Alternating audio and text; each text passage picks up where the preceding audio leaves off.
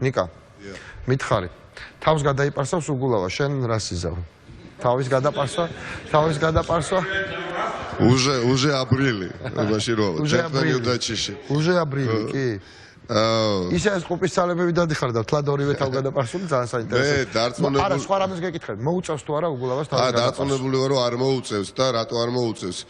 იმიტომ რომ უბრალოდ არ ვიცნობ ისეთ ადამიანს ოპოზიციაში, ვინც ამაზე წავა, თვითმკვლელობაზე წავა, ანუ თავი უნდა აიფეთქოს. არ ვიცნობ უბრალოდ რა. სურვილი რომ აქვს ეს გასაგებია ვიღაცას, მაგრამ მეორეა რამდენად შეძლებს, ვერ შეძლებს ვერავინ. გამორიცხულია. ჩვენ რამ შევკრა, რამ შეგვადუღაბა, ხო ძალიან მტკიცე სიმართლემ, რომელიც თუ შეიძლება ასე ითქვას, სიმართლემ, რომელიც საზოგადოებაში დაიბადა 31 ოქტომბერს ღამის 12 საათზე. და ყველა დავწუნდით, რომ არჩევნები ამ ქვეყანაში რომელმე საათზე სხვა ჩვენი ტელევიზიის ეთერში მოხდა ეს შობა. გაყავდა ან არ ჩატარდა, ხო? ამ სიმართლის გარშემო შევიკარით. ეს სიმართლე რომ არ ყოფილიყო ესეთი მტკიცე, ესეთი ურყევი, ხო? ანუ სიმართლე რომ არ ყოფილიყო სახეზე, ესეთობა ორი დღეც ვერ გაძლევდა. შეუძლებელია ერთობა გეთანხმების სურვილი. გამოდივართ, ამბობთ უპრეცედენტო ერთობა, მსგავსი ქართულ პოლიტიკაში არ არსებობს ამ შედეგი. იმიტომ რომ წყალგაუმტარი არგუმენტი ქონდა. დიახაც, იმიტომ რომ რაც არ უნდა წყალქვეშა დინებები არსებობდეს, ზედაპირზე იმხელა სიმართლე დევს და საზოგადოება ამ ყველაფერს გამადიდებელი შუშით ადევნებს თვალყურს, შეუძლებელია რომ საზოგადოებას ზურგი შეაქციოს, თუნდაც სრული შემთხვევაში ნებისმიერმა პარტიაზეც აღარ ვიტყვი, ნებისმიერ ცალკეულმა დეპუტატმა. და რომც ვინმე შევიდეს, ის აღარ იქნება ოპოზიცია. ხო, მაგრამ უგულავა თავს გადაიპარსავს ვინმე რომ შევიდეს. ხო, სავარაუდოდ კი. არა, აქ პირობა დადებულია. ამიტომ ამას ხდება ქართული ოცნება. იქ ცალკე აღებული რამდენიმე ადამიანის შეყვანა, რომ არ ენიშნავს ოპოზიცია შემოვიდა, ძალიან კარგად იციან, იმიტომ რომ ის ადამიანები მართლაც განადგურდებიან პოლიტიკურად, მათი წონა არაფერი აღარ იქნება 24 საათში, რა ფულიც ვიღაცა არ ვიცნობ ერთი სიტყვით რა. დარწმუნებული ვარ, რომ არავინ არ შევა. ასევე შეიძლება ითქვათ ვერ შევა. რატო ამბობ ვერ შევა? აბა მითხარ. იმიტომ რომ ჩვენი მოთხოვნები ნაციონალური მოძრაობის და ყველა ოპოზიციური პარტიის რა იყო რიგარეში არჩევნები და პატიმრები CSKO-ს ადმინისტრაციის ცვლილება და საარჩევნო კოდექსის რევიზია და ნუ აი სისტემის რეფორმირება, ხო?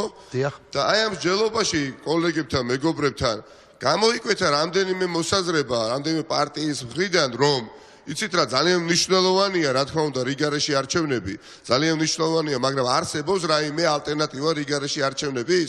იქ ბევრმა პარტიამ თქვა, რომ არა, რიგარეში არჩევნების ალტერნატივა თითქმის არ არსებობს.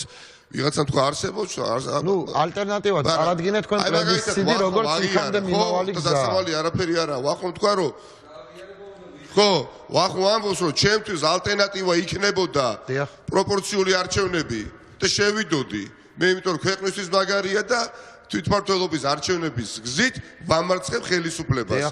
ანუ დავამარცხებ, მოუგებ თბილისში, ქუთაისში, ასე შემდეგ და ხელისუფლებას აგურ ჩამოშლი. მაგრამ თქვენს გარეშე ჩემს შესვლას იქ ვახომ რა თქვა გავიგებ, არა, შენთვის რატო არ არის ეს არგუმენტი? იცით, იმიტომ რომ ვფიქრობ, რომ ალბათობა რიგარეში არჩევნების ასეთი სუსტი მთავრობის ხო არსებობს. მნიშვნელოვანია, რომ იყოს პროპორციული, სრულად თუნდაც ადგილობრივ დონეზე, ადგილობრივი არჩევნები იყოს დაუშვათ ბარიერი ისეთი როგორიც ბუნებრივი რაზეც არც მოდის ქართული ოცნება და ნორმალური ადმინისტრაცია სასამართლოდ რატო არ არის ეს საკმარისი ეს არ არის იმდენად მნიშვნელოვანი ჩვენ რომ მოპარული არჩევნები თუ დაწერილი არჩევნები ბიძინა ივანიშვილს დაუკანონოთ მართლა არ არის ის უბრალოდ რა მე პირადად არცეთ ჩვენ კაცი 1 ნოემბერს გამოვედით და ის ამაჯური რომ მოვიწვდით რომ გადავაგდე ხა იმას არ ვითხოვდი ადგილობრივი თვითმმართველობის არჩევნებს იმ ადგილობრივი თვითმმართველობის არჩევნებსაც წააგებს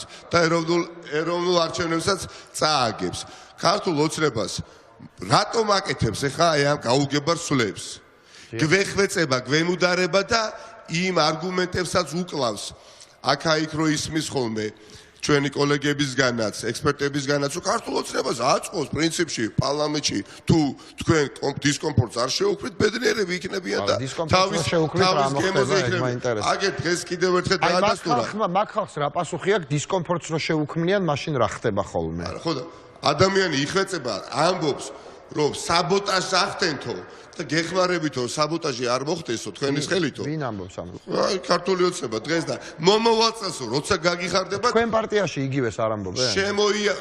შემოიარეთო, მაინც დეპუტატები იქნებითო. იმდენად ხდებიან, რომ ერთპიროვნული მართვლის პირობებში ერთპარტიული პარლამენტი სიცოცხლისმარიანობა იქნება ძალიან ხანოკლე. კი ბატონო, ჩვენს პარტიაშიც იყო მოსაზრებები, რომ არ შევიდეთ და ვიბრძოლოთ. იქიდანაც და გარედანაც.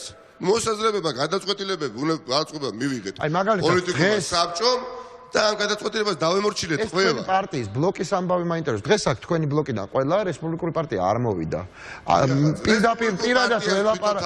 პირადად ველაპარაკე თავად ისაუბრებს, გავიგებ, რომ ჯერ არ საუბრობს. ველაპარაკე ქალბატონ ხათუნა სამნიძეს, მას ვთხოვე, რომ ციტირება შემძლებოდა, მან მითხრა, რომ შემიძლია, მან მითხრა, რომ ჯერ მოლაპარაკების შემდგომი პროცესი არ ასახულა, ასე ვთქვათ, თუ არ აღბეჭდილა, არ ვიცი სად. და ამიტომ ჯერ არ ვარ მზად რომ ვილაპარაკო. რას ფიქრობს რესპუბლიკური პარტია, მაინტერესებს. ანუ იქაც გაყოფილია მოსაზრებები, ზუსტ დაანდვილებით ვიცი, მაგრამ რა თქმა უნდა, იქნებიან ერთგული ჩვენ ერთობაშია გაერთიანებული ოპოზიციის გადაწყვეტილების. ჩვენ არ ვიცით. ეს რესპუბლიკურ პარტიას ეხლა ვერ დავარტყავ, იმიტომ რომ ძალიან მომწონს ეს პარტია და არც არის გეთანხმებით. უბრალოდ ცუდი არის ის, რომ ჩვენ ეს არ გვესმის.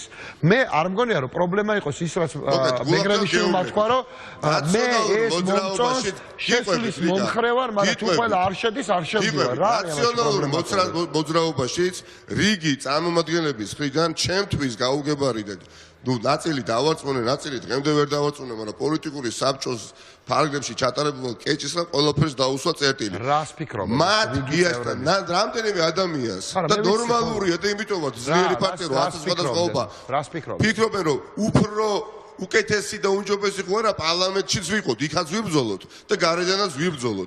მაგრამ ეს არის უბრალოდ მოპარული თუ არ ჩატარებული არჩევნების დაკანონება. ბიძინა ივანიშვილმა მოყარა ახლა შენ არჩევნები, მაგრამ ვერ იფორმეს. აი მანქანას მოპარული მანქანები რო ჩამოყავდა, გადასათვალო საშუალებები, გადარტყმული ეგრეთ წოდებული. გადარტყმული ისო ქონდათ რაღაცა რიცხვები, ვეღარ არეგისტრირებდნენ რეესტრში, ხო?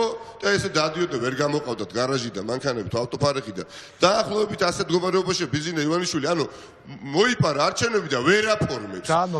გადარტყმული პარლამენტი მომწონს. იქ შესვლა და დაკანონება ბიძინა ივანიშვილისთვის მოპარული არჩევნების რაც არ უნდა დიადი, ასე ვთქვათ, იდეა მოგივიდეს თავში არის დაუშვებელი. ნიკა, თქვენ ვინ იყო არ მაინტერესებს, მეც ვიცი, პრინციპში მომისმენია სალომე სამადაშვილისგან მომისმენია, თინა ბოკუჩავასგან მომისმენია, ეთერებში მომისმენია, ამიტომ ეხლა ამის დამალვას რა აზრია, კან რა არის დასამალი საერთოდ.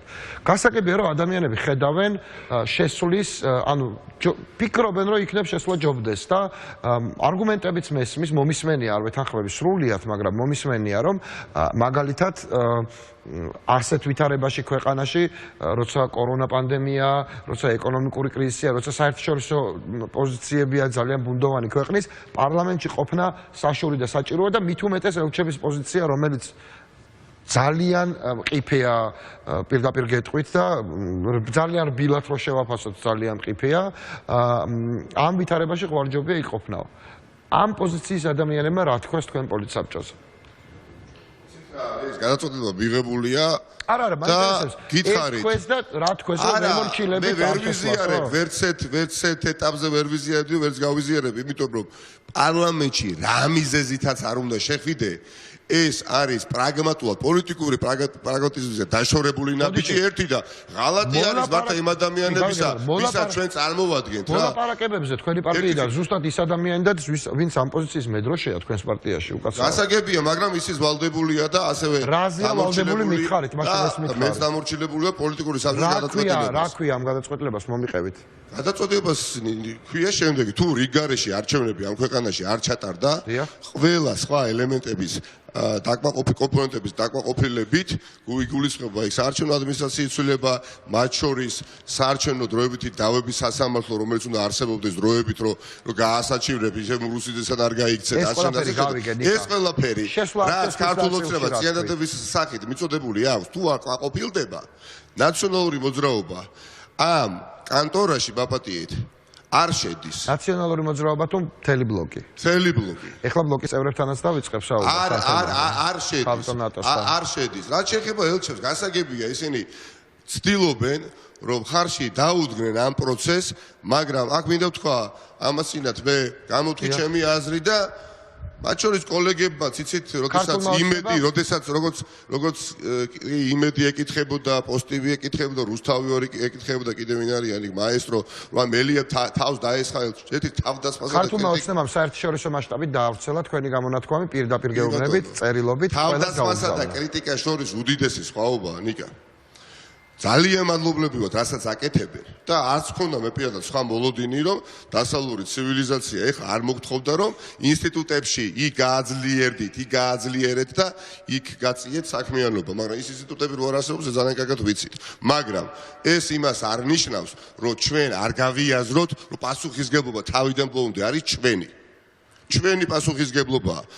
ძვირფასი ელჩი, რომელიც ცდილობს ხარში დაუდგეს ამ პროცესს და ხედავ რომ პარლამენტში შესვლას მთხოვს და ეს შესვლა არის დანაშაულებრივი ნაბიჯი, მე მაქვს უფლება რომ ამ მოსაზრებას არ დავეთანხმო და თუნდაც გავაკრიტიკო მისი მოსაზრება, იმიტომ რომ ის პოზიციას აფიქსირებს. რა აზრი აქვს იმ ადამიანების ფასილიტაციით მოლაპარაკებებს, რომლებიც ვერ ხედავენ ვერანაირ სხვა ვერსიას უკაცრავად გარდა პარლამენტში შესვლისა. აი მას ჩემი აზრით პოლიტიკური კლასი ამ კომპლექსსაც არ მოვიშორებთ, რომ რახან მაგალითად ჩვენი ძვირფასი სტრატეგიული სახელმწიფოს ელჩი საქართველოში რაიმე სიტყვის და მაშინ ესე იგი რა მოსაზრებას არ უნდა გამოთქვა, საჯაროდ ყველას უნდა დავეთანხმოთ. სულ გეთანხმებით, დღეს ტაბუს ახსნის დღე არის, მე ვთქვი რომ ყველაფერს დავასრულოთ თუ შეიძლება ნიკა. ანუ კრიტიკა არ შეიძლება, მეც აქტორი ვარ, მით უმეტეს ნაციონალური მოძრაობა ამ პროცესში აქტორია და აქტორი არის ქალბატონი დეგნანიც, ხო? პოზიციას აფიქსირებს, რომ შეიძლება არა, სავალდებულოა. დიახაც, ხო? არის აქტორი. ანუ როცა პოზიცია ფიქსირდება, ამ პოზიციას ან იღებ, ან აკრიტიკებ, მაგრამ როდესაც მე პროსახელისუფლებო მედია მას თარგმნის შემდეგნაირად თუ თითოს თავს დავესწრით და რამდენიმე ჩემი კოლეგა გამოდის რომ თავდასხმა მიუღებელია, ესეც კომპლექსია. გასავლელი გვაქვს რა. მე გეტყვით ვა კომპლექს რა ქვია. გასავლელი გვაქვს ეს გზა. თქვენი კოლეგებისგან უფრო გასაკვირია, სამთავრობო მედიები მაგაში იღებენ ნიკა ფულს. რაც შეეხება კოლეგებს, რომლებიც ამაზე ლაპარაკობენ. ამას ქვია პოსტკოლონიური კომპლექსი. საბჭოთა ადამიანებს ახასიათებთ ეგეთი კომპლექსი, იმიტომ რომ ჩვენი კოლონია ამერიკა არ ყოფილა არასდროს. უკაცრავად დავასრულებ.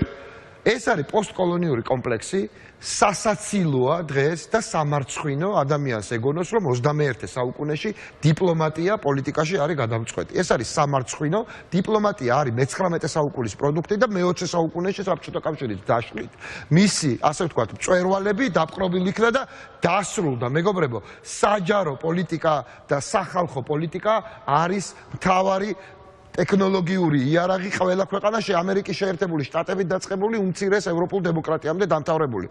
ის რომ დიდი ძმის აღქმა კონდეს ამერიკის ელჩის მიმართ, ეს უკვე შეურაცხყოფელია საკუთრივ იმ სახელმწიფოსი, რომლის ელჩზეც ვლაპარაკობთ, იმიტომ რომ ეს არის კიდევ ერთხელ ვიმეორებ, პოსტკოლონიური კომპლექსი, სინდრომი საბჭოთა კავშირში ნაცხოვრები ადამიანების. არასდროს არავინ არ არის აპრიორი მართალი. არც ამერიკის ელჩი, არც ამერიკის პრეზიდენტი. დიდი ბოდიში, მაგრამ ქვეყანა, სადაც ტრამპი იყო პრეზიდენტი, რომელსაც ტვიტებს უბლოკავს ამერიკული სოციალური ქსელი ტვიტერი, დიდი ბოდიში, მაგრამ ეხლა რამდენიც არ უნდა ვილაპარაკოთ, ამის კრიტიკა არ შეიძლება ვინმე რომ ითხრას, დავცინებ დიდი დაცინვით და უკაცრავად არგუმენტი რომ ელჩი ესეთია და ესე ფიქრობს, ეს ელჩის საწინააღმდეგო არგუმენტია და არა თქვენი პოზიციის. ჩემი აზრი არის ესეთი, მე ზოგადად მახასიათებს ესეთი აზრები და ტაბუ არ ვიცი, მაგალითად თავს დამესხენ როგორ აკრიტიკებ ევროპულ ინსტიტუციებსო, სტრასბურგის სასამართლო რო გავაკრიტიკე, სასამართლო რომელმაც ცნობილი ევროპული დემოკრატიების მედროშეების, აზერბაიჯანის, ლატვიის, ალბანეთის და ამგვარი მოსამართლეების მეშვეობით შემდგარმა კოლეგიამ ლადო ჭანტურია ცნობილი მედროშის კიდევ ერთხელ ვიცი ვისი მედროშისაც აი ამ კოლეგიამ რომ რუსთავი წამართვა თურმე ევროპული სასამართლოს გაკრიტიკება არ შეიძლებოდა იმიტომ რომ ევროპას ურტყავს და ამერიკას ურტყავს ელჩების სასამართლოების და ასე შემდეგ ცუდი, არასწორი, ანტიქართული პოზიციები. აი ეს ნამდვილად ურტყავს ევროპას და ამის ართქმა, დამალვა, ხალთაში მახათის დამალვა. მეგობრებო და უბრალოდ სირცხვილია თან. არ შეიძლება ფეტიშიზაცია არც ელჩის, არც არავის საერთოდ. ამ ქვეყანაში თუ ხარ პოლიტიკოსი, ფეტიში არის ერთადერთი. ის, ვინც არის ხელისუფლების წყარო, ქართველი ხალხი, წერტილი. გისმენთ? თუ შეიძლება, რისი თქმა მინდა, იცით? ხომ უნდა გავიაზროთ. ახლა თუ შეიძლება მართლა უნდა ითქვას ეს კომპლექსი უნდა მოვიშოროთ რა არ შეიძლება ნებისმიერი ადამიანი ვინც მეტყვის დამკვირვებლებმა დასკვნა დადეს და იქ ვერაფერი თითქოს ისეთი ვერ ამოვიკითხე და რომელი ელჩიც ამას არ უნდა მეუბნებოდეს მე ვეუბნები მას ამ ეთერითაც პირადადაც უთხარი 3800 უბანი როდესაც არის ქვეყანაში და მხოლოდ 133 დამკვირვებელი იყო 70 უბანზე 3800 უბნიდან 70 უბანზე რა დასკვნას დადებს ის რაღა მნიშვნელობა აქვს ანუ არანაირად არ იყოს სრულყოფილი ეს ერთი მეორე აგერ გვაქვს ბელორუსიის მაგალითი ონიკა ქვეყანა რომელსაც ესაზღვრება ბევრად განვითარებული სახელმწიფოები ვიდრე ჩვენ გვესაზღვრება რა იქ არის ლიტვა ესტონეთი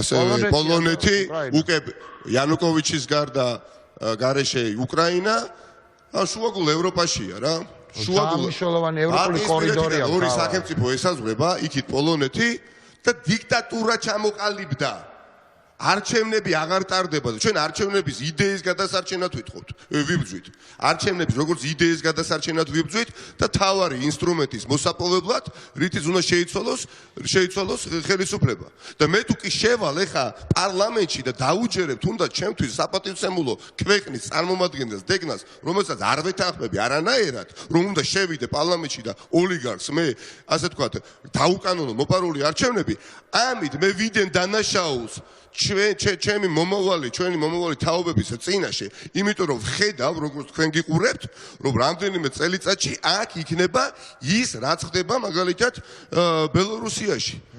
და სისხლი უნდა დაიღვაროს მაინდა-მაინც. ერთი შეკითხვა მითხარით კიდე. დღეს ყველამ გააკეთა კომენტარი თქვენი პარტიის ლიდერის გარდა. რას ნიშნავს ეს?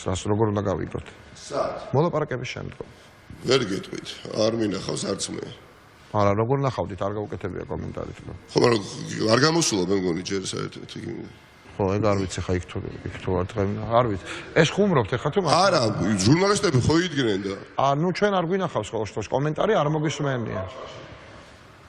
ვერ გეტყვით, მადლობთ.